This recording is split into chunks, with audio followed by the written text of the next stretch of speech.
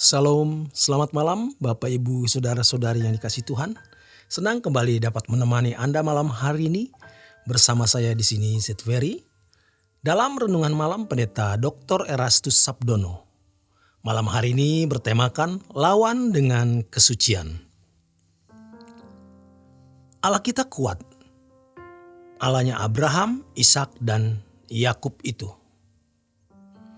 Bagaimana Allah Abraham mengobrak-abrik Mesir ketika istri Abraham, Sarah, mau diambil Firaun.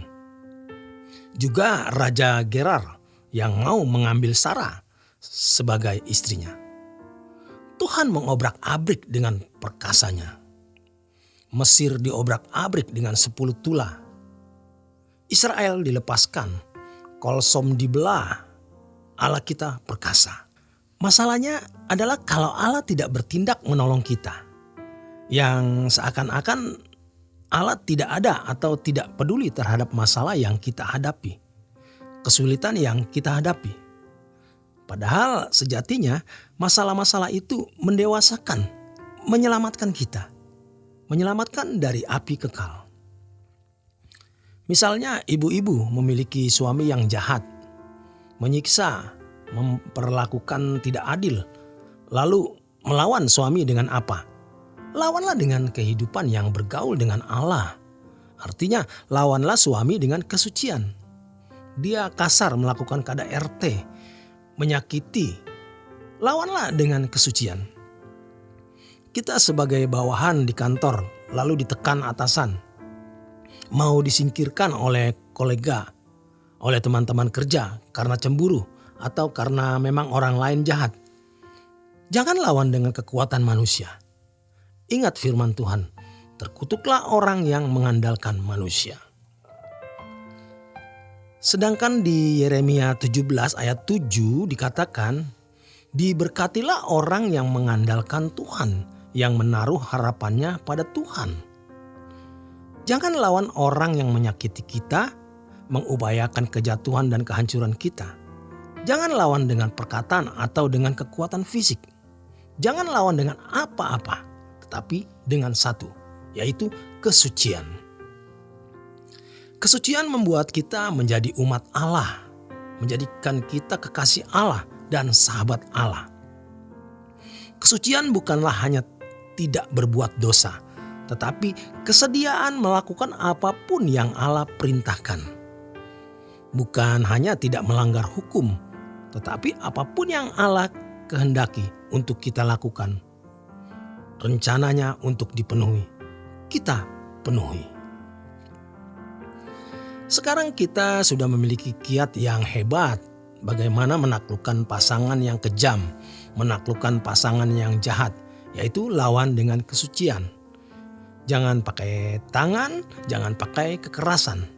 Nanti malah terjadi KDRT. Bisa masuk penjara 2 atau sampai 4 tahun. Sampai 5 tahun bahkan. Bagaimana melawan orang-orang yang menjahati? Membuli kita. Mengupayakan kejatuhan dan kehancuran kita. Lawan dengan kesucian. Jangan lawan dengan perkataan atau dengan perdebatan. Diam, karena itu menunjukkan martabat kita sebagai anak-anak Allah yang mengandalkan Allah dan berharap pertolongannya. Hal ini akan membuat kita tangguh menghadapi segala keadaan. Kita tidak tahu apa yang akan terjadi hari esok. Tetapi kita percaya apapun yang terjadi di depan, kalau Allah yang membela kita, tidak ada lawan kita. Sementara kita menghadapi orang-orang yang menjahati kita, kita memandang ke atas.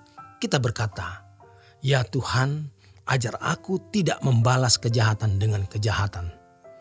Tolong aku Tuhan, tidak menggunakan kekuatanku sendiri menghadapi masalah ini. Tetapi aku menyerahkan ini ke dalam tangan-Mu." Kita akan melihat kemuliaan Tuhan. Tapi jangan membuat jadwal sendiri. Jangan mengatur Tuhan. Pasti Tuhan menolong pada waktunya. Mari kita memandang Tuhan dan berharap pertolongannya. Untuk itu kita harus hidup suci. harus menjadi sahabat, harus menjadi kekasih Tuhan. Kalau kita menolak atau merasa tidak bisa hidup suci, maka jangan menjadi manusia. Lebih baik jadi binatang, menjadi hewan yang tidak perlu kesucian. Sebab hewan hari ini hidup, besok mati. Selesai. Manusia hari ini hidup, besok mati, masih ada kesadaran. Itu masalahnya. Jangan berkata suci itu tidak bisa. Tidak mungkin, mustahil. Jangan menuduh Tuhan berdusta atau Tuhan berbohong. Jangan menuduh Tuhan sebagai Tuhan yang kejam, yang sewenang-wenang, yang memberikan perintah yang tidak bisa kita lakukan. Kapital modal kita adalah Tuhan. Maka kita harus menjadi kekasih Tuhan, sahabat Tuhan, umat Tuhan yang benar agar dapat berjalan dengan Tuhan. Untuk berjalan dengan Tuhan, kita harus hidup tidak bercacat, tidak bercela. Kesannya kita ini dianggap sombong. Tidak apa-apa, kita akan mati. Nanti di hadapan pengadilan Tuhan baru tahu siapa kita masing-masing. Bagaimana keadaan kita masing-masing. Tunggu pengadilan Tuhan. Tuhan itu Tuhan yang hidup dan nyata. Tuhan pasti menolong kita. Tidak mungkin Tuhan tidak menolong kita. Jadi lewati saja dari hari ke hari. Biar Tuhan yang bertindak. Ada satu jurus untuk bisa lolos dari persoalan. Yaitu izinkan Tuhan berperkara. Jangan kita yang berperkara. Jangan banyak mulut. Jangan melawan. Diam biar Tuhan yang ribut dengan orang yang menyakiti kita. Diam saja, beri kesempatan Tuhan berurusan dengan dia. Jangan kita yang meributkan, biar Tuhan yang meributkannya. Biar Tuhan berperkara dengannya sesuai waktunya Tuhan dan sesuai haknya. Kita hanya perlu diam, menanti campur tangan Tuhan. Tetapi kita jangan mengharapkan pembalasan dari Tuhan agar kita merasa dipuaskan.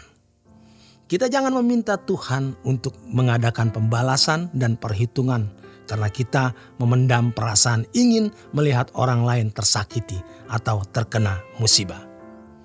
Kita serahkan semuanya hanya ke dalam tangan Tuhan saja.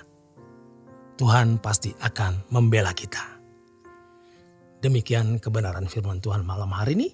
Selamat berjuang, selamat beristirahat. Tuhan memberkati.